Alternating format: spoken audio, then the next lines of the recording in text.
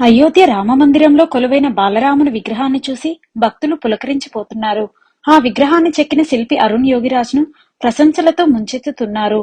పొలంలో నుండి ఆ రాతిని బయటకు తీసిన గుత్తేదారు శ్రీనివాస్ మాత్రం దీని వెనకున్న తన కన్నీటి గాథను తాజాగా వెల్లడించారు.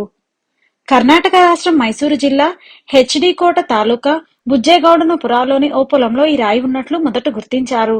దాన్ని బయటకు తీసేందుకు సంబంధిత రైతు శ్రీనివాస్తో ఒప్పందాన్ని కుదుర్చుకున్నారు. దాన్ని బయటకు తీసినందుకు ఆయనకు రుసుము ఇచ్చారు.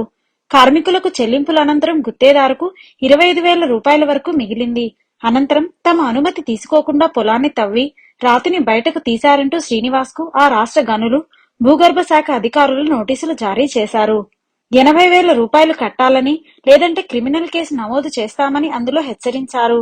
చేతిలో డబ్బు లేకపోవడంతో తన భార్య తాళిని తాకట్టు పెట్టి జరిమానా చెల్లించారు. అప్పటికీ తనకు వివాహమై 8 నెలలే అయిందని అధికారులు హెచ్చరించడంతో విధిలేని పరిస్థితుల్లో తాళిని తాకట్టు పెట్టి డబ్బు తెచ్చి వారికి చెల్లించానని శ్రీనివాస్ తాజాగా తెలిపారు. అప్పట్లో ఆ రాతిని రాముడి శిల్పం కోసం ఎంచుకుంటారని ఆయనకు తెలియదట. తరువాతి పరిణామాల్లో ఆ రాతిని చూసిన వారు మేలు రకమని గుర్తించి అయోధ్యకు తరలించారు.